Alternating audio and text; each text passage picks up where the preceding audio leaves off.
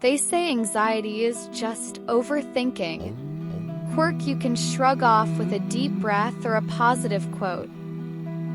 But try telling that to the racing heart that jolts you awake at 2 a.m., pounding like a drum in an empty auditorium. Or the sweaty palms that betray you before you raise your hand in class, your voice trembling under the weight of 1,000 imagined judgments. Or the icy grip that clutches your chest as you stand outside a crowded dining hall, the laughter inside sounding like a foreign language. They say Champaign, Illinois is a dream town, a quirky, student-friendly bubble brimming with opportunity, where the University of Illinois hums with promise. But if it was such a dream, why did I feel like I was drowning every single day? Modern life in a college town like Champaign is a pressure cooker, and I was simmering under its lid. From the outside, it looked perfect. Green streets, neon-lit cafes buzzing with students, the annual festivals with their cotton candy stalls and live bands, the Fortune 500 recruiters at job fairs promising futures brighter than the quad's autumn leaves. Everyone seemed to glide through it, laughing over lattes, snapping TikTok dances, and acing exams like it was effortless. But inside me, everything was fracturing piece by jagged piece. I was a psychology major, which felt like a cosmic irony. I could recite the DSM-5's criteria for generalized anxiety disorder by heart: excessive worry, restlessness, fatigue, difficulty concentrating. I could analyze case studies with clinical precision, diagramming neural pathways like a pro. But when I looked in the mirror, I couldn't diagnose the girl staring back. Her eyes were hollow, her shoulders perpetually tensed, her smile a fragile mask. I knew the symptoms, but I couldn't help myself. My days blurred into a relentless cycle of survival. Wake up to the buzz of my phone, already drowning in notifications, Canvas deadlines, group chat memes, emails from professors. Scroll TikTok for a hit of dopamine, only to see influencers with perfect GPAs, perfect outfits, and perfect lives. Everyone was thriving, everyone except me. Drag myself to class, sit in the back of the lecture hall, and feel like a fraud among the confident voices debating Freud and Skinner. Text mom, I'm fine. Lie. Force a smile in the dining hall, nodding along to friends' stories. Lie again. By night, I'd collapse into my dorm bed, the fog of anxiety thicker than ever, stealing my sleep, my appetite, my prayers. Anxiety wasn't just stress, it was a shadow that trailed me, a fog that clouded every step. Turned social gatherings into Olympic-level challenges where every word I spoke felt like a misstep. Silenced my voice in class, convincing me my thoughts were worthless. It even crept into my faith, whispering that my prayers were too weak, too messy, too broken to reach God. I'd heard Psalm 55 verse 22 in church growing up. Cast your cares on the Lord and He will sustain you. But I wasn't casting anything. I was carrying it all every fear, every failure, every fleeting hope, until the weight threatened to crush me. The university's counseling center was no secret. Free sessions for students, posters plastered across campus with QR codes and promises of support. I'd walked past them 100 times, my eyes skimming the words, "You are not alone." But reaching out felt like admitting defeat. It was easier to pretend, to fake it, to scroll past the pain on my phone, chasing distractions that never lasted. TikTok trends, X posts, YouTube vlogs, they were my anesthesia, numbing the ache for a few fleeting seconds before it roared back louder. But pretending has a breaking point, and mine came on a Thursday night in February 2025. The air was bitterly cold, snowflakes swirling outside my dorm window like confetti, mocking my misery. I'd failed another psychology quiz, the red sea glaring from my laptop like a personal indictment. I'd ghosted my friends, ignoring their texts about a movie night at the Illini Union. The dining hall felt too bright, too loud, too overwhelming, so I skipped dinner, curling up in my room with a granola bar and a gnawing emptiness. Alone.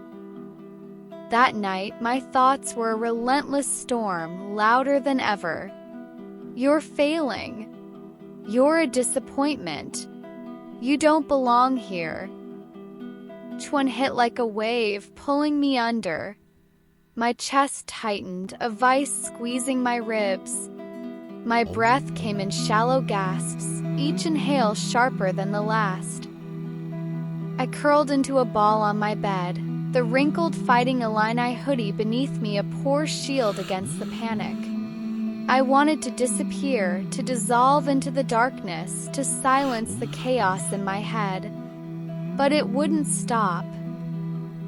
In a haze, I reached for my phone, not to call for help, but out of muscle memory, a reflex as natural as breathing.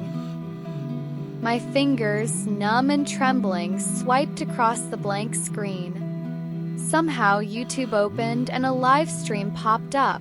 A worship service from a church in Chicago, its thumbnail glowing with candlelight and raised hands. I don't know why I clicked. Habit? Desperation? Or maybe, just maybe, divine mercy guiding my shaking hand. The music filled my room, soft at first, then swelling with raw power. I don't want to be afraid every time I face the waves. The lyrics pierced something deep inside me, a dam I didn't know I'd built. Didn't just crack, it shattered. I cried, not a delicate sob, but a raw, relentless breaking, tears soaking my pillow, my hoodie, my soul. Each note of the song felt like a hand reaching through the fog, pulling me towards something I couldn't name. Then the pastor's voice cut through, steady and warm, quoting John 16 verse 33. In this world you will have trouble, but take heart, I have overcome the world. He looked into the camera, and it felt like he was staring right at me, seeing the girl curled up in the dark. God's not mad at you for struggling, he said. He's right there in it with you. My lips trembled, my voice barely a whisper. God, I can't do this alone. It wasn't a polished prayer, no eloquent words or bowed head. It was messy, broken, real. My surrender. And in that moment, something shifted. The room didn't light up. No angels sang. But the fog lifted just enough to let me breathe. For the first time in months, I wasn't alone. Healing didn't come like a Hollywood montage. There was no lightning bolt, no instant glow-up, no viral hashtag mental health victory post to wrap it all in a bow. Came slowly, one trembling step at a time, like learning to walk after a long fall. The next morning, I opened my laptop, hands still shaky, and emailed the University Counseling Center. Booking that first session felt like stepping off a cliff. Terrifying, vulnerable, weak. But when I walked into Ms. Carter's office, I found strength instead. She was warm, her eyes kind but piercing, like she could see the storm I'd been hiding. She didn't promise miracles. She gave me tools, breathing exercises, journaling prompts, and ways to challenge the lies my mind screamed. She helped me name my anxiety, to see it not as a life sentence but as a visitor I could learn to manage. You are having anxious thoughts, she said one day, leaning forward. That doesn't mean you are anxious. Those words hit like a thunderclap. shaking loose a truth I'd buried. I wasn't afraid. I wasn't my failures. I was more. Around the same time, I took a leap I hadn't planned. Classmate Sarah had invited me to a campus Bible study at the Newman Center, her texts persistent but gentle. I'd brushed her off for weeks, too guarded, too raw. But after that Thursday night, I said yes. To first meeting, I sat in the back, arms crossed, my heart a fortress. The room was small, cozy, with mismatched chairs and a coffee pot humming in the corner. The other students weren't polished or preachy.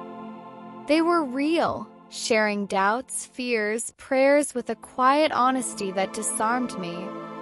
Week by week, I inched closer. I listened as they read Philippians 4 verses 6 to 7. Do not be anxious about anything, but in every situation by prayer and petition with thanksgiving present your requests to God. And the peace of God, which transcends all understanding, will guard your hearts and your minds in Christ Jesus. I didn't just hear it, I clung to it, scribbling the verses in my journal, taping them to my dorm mirror.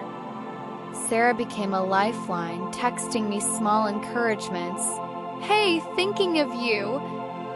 Coffee at Espresso Royale? She didn't demand a breakthrough. She offered presence. One morning, she slipped me a note before class, the paper folded tight. Inside, in her neat handwriting, was Philippians 4 verses 6 to 7 again. I read it on the quad, the words sinking deeper than before. They weren't just a verse, they were a promise I was starting to believe. I began to see God in the small places. Quiet prayers beside the alma mater statue, its bronze figure steady against the sunrise. The warmth of sunlight spilling over the Granite Center's gardens, where I journal my fears and hopes. The hush before a worship song at the tiny church on Randolph Street, where the chords felt like home. God wasn't confined to grand miracles or viral moments. He was in the ordinary, the messy, the everyday. I wasn't fixed. Anxiety didn't vanish like a bad dream. But I was being held by God, by therapy, by community. The fog still rolled in some days, heavy and familiar, but it didn't own me anymore. I had tools to face it, people to walk with me, a faith that grew stronger in the valleys. Hindsight, they say, is 20/20ths. When I look back on that Thursday night, the panic, the tears, the worship live stream, I see fingerprints. God's fingerprints. On my break. On my rebuilding. On every breath I took in the dark. I used to think faith meant always smiling, that doubt was weakness, that anxiety was proof I was broken. But I've learned something far more beautiful. God doesn't wait for you to get it together. He meets you in the unraveling, in the moments you feel most invisible. Psalm 23 verse 4 whispers, "Even though I walk through the darkest valley, I will fear no evil, for you are with me." I'm 28 now, and yes, anxiety still visits. There are days when my heart races, when the dining hall feels too loud, when TikTok's highlight reels sting. But I don't walk alone anymore. I carry peace, peace that doesn't always make sense, that shows up in late-night journals and walks across the quad without earbuds, in Sarah's texts about my favorite chai tea. Peace that lives in Ms. Carter's office, where I'm learning to name the monsters. In worship songs that feel like a warm embrace. In a God who sees me even when I can't see myself. If you're out there battling anxiety, feeling like you're drowning in a perfect world, I see you. More importantly, God sees you. Your pain isn't your identity. Your story isn't over. That messy prayer you're scared to whisper, pray it. That therapy session you're avoiding, book it. That friend you're afraid to text, reach out. That live stream you stumbled across, click it. Peace you're craving is already reaching for you. It's in the small steps, the quiet moments, the hands that hold you when you can't hold yourself. This is my story, but it's God's too. And maybe, just maybe, it's yours. Drop a comment below if you've ever found God in your lowest moment. Subscribe for more real stories of faith, healing, and hope. And never forget, you are never invisible to Him.